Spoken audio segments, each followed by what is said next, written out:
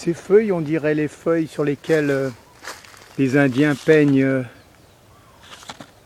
Ils peignent des fois des petits tableaux sur ces feuilles, donc ça se peut que ce soit un arbre indien. Donc là, je suis dans la forêt de Cambrai.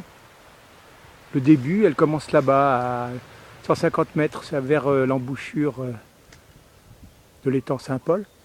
Bon, là, on reste un peu dans l'art éphémère des sous-bois.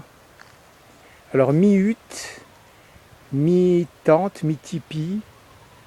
Voilà, il y a un arbre là, enfin, c'est plusieurs arbres qui s'entrelacent. Et en bas, donc, c'est une sorte de hutte, mais dans laquelle on ne peut pas vraiment pénétrer.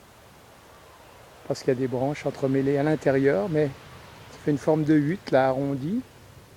Mais cette branche fait que il y a une allure quand même de tipi qui s'élance vers le haut. Autrement, c'est une sorte de igloo de branches. Un igloo, une hutte. Ouais, il y a les petites tentes là qu'on achète, tout arrondies, avec l'armature. Autrement, ben, au sol, il y a ces feuilles là. Voilà, alors, le sous-bois, l'humus,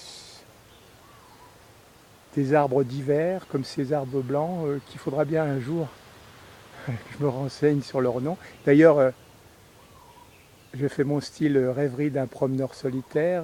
Il me faudrait herboriser comme notre ami Jean-Jacques Rousseau. Mais pour l'instant, c'est pas le cas.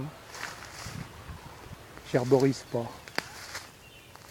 J'herborise d'une autre manière. Tenez, le soleil s'est découvert là et on a une luminosité là dans les temps. Voilà, c'est jaunâtre quand même, ça paraît jaunâtre, orangé, jaune orangé. Le soleil est ici. Il devait être caché, il s'est libéré. Voilà les sous-bois, la tranquillité, quiétude.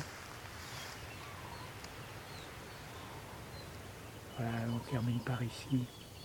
Un petit bout de passerelle.